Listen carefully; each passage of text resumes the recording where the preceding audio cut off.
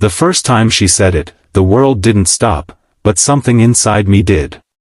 We were sitting under a flickering streetlight, the kind that buzzes softly like it's tired of staying alive. The night air carried the smell of rain that never came, and the silence between us felt heavier than anything either of us had ever spoken. Then she looked at me, not with fear, not even with shame, but with a quiet resignation that felt far more dangerous. And in a voice so steady it almost broke me, she said she had burns on her body. If you believe in kindness, in second chances, in seeing beauty where others turn away, take a moment right now to like, comment, share, and subscribe to The Kindness Chronicles. Because stories like this don't just deserve to be heard, they deserve to be felt. I didn't respond right away. Not because I didn't know what to say, but because I knew anything careless could shatter what little strength it had taken her to say those words. Her hand was resting between us on the bench, unmoving, as if it didn't belong to her anymore. And I realized something in that moment. She wasn't asking for pity. She was warning me. Giving me a chance to step away before I saw too much, before I knew too much. But instead of stepping back, I moved closer. I took her hand softly, carefully, as if it were something fragile and irreplaceable. And I told her, without hesitation, that I wanted to hold it again. That was the moment everything changed.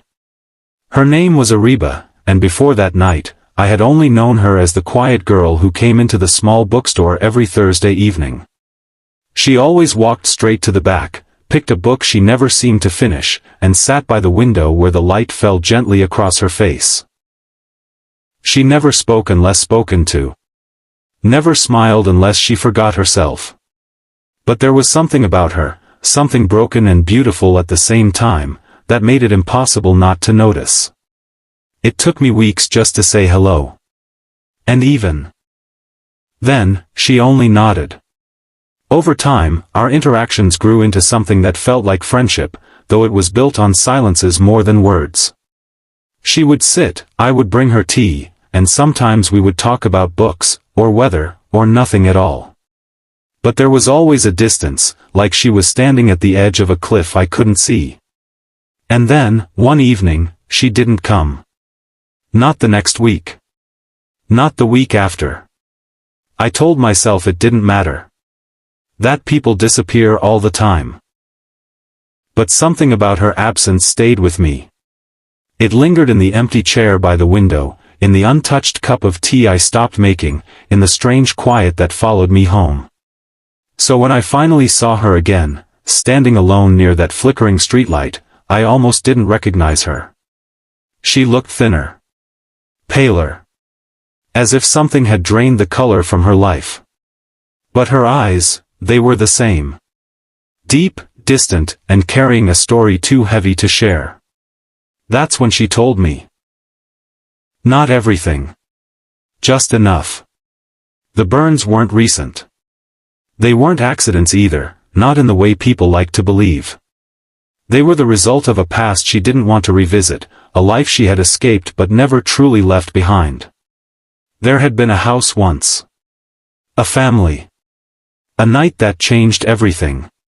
Fire that didn't just scar her skin, but rewrote the way the world saw her. And the way she saw herself. She told me she stopped looking in mirrors. That she avoided crowded places. That even kindness sometimes felt like cruelty, because it reminded her of what she had lost. She said people either stared too long, or not at all. And then she looked at me again, as if waiting for the same reaction. But I didn't give her one. Because the truth was, I wasn't seeing her scars. I was seeing the way her voice trembled just slightly when she spoke about her past. The way her fingers tightened when she felt vulnerable. The way she had still shown up, despite everything, and tried to exist in a world that had once burned her. And that felt like the bravest thing I had ever witnessed. So I kept holding her hand. Days turned into weeks, and weeks into something neither of us could define. We began meeting regularly, not just at the bookstore, but in parks, quiet cafes, places where she felt safe enough to breathe. Slowly, almost imperceptibly, she started to change. She spoke more. Laughed sometimes.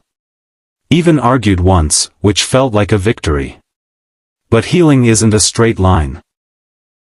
There were days she disappeared again. Days she wouldn't answer calls, wouldn't come out, wouldn't let anyone in. And every time, I feared she was slipping back into that darkness she had barely escaped.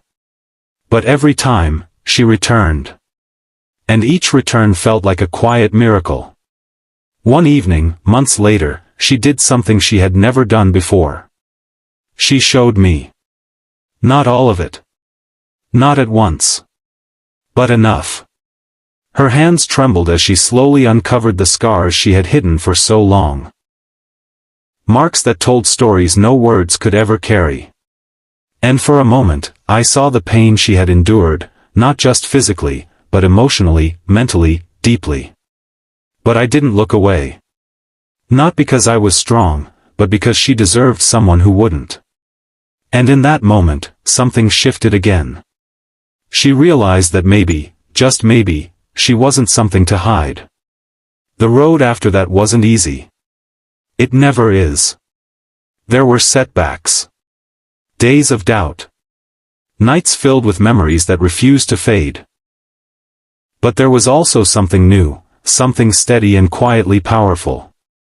Hope. Not the loud, dramatic kind. But the soft kind. The kind that grows in small moments. In shared laughter. In held hands. In the simple act of being seen, and not rejected. Years passed. The scars didn't disappear. But they stopped defining her. She began working again. Slowly building a life that felt like her own. She even returned to the bookstore, not as a visitor this time, but as someone who belonged there. And sometimes, when the light hit her just right, you could see it. Not the scars. But the strength beneath them. If this story has touched your heart, if it made you feel something real, don't scroll away silently. Like the video, share it with someone who needs to hear it, and subscribe to The Kindness Chronicles. Because stories like this remind us that even in the darkest moments, kindness can still find a way in. And before you go, I have a special request. Comment one line below, "Scars don't define me, my courage does." Because someone out there might read your words, and find the strength they thought they had lost. That night under the flickering streetlight didn't fix everything. But it started something. And sometimes, that's enough to change a life forever.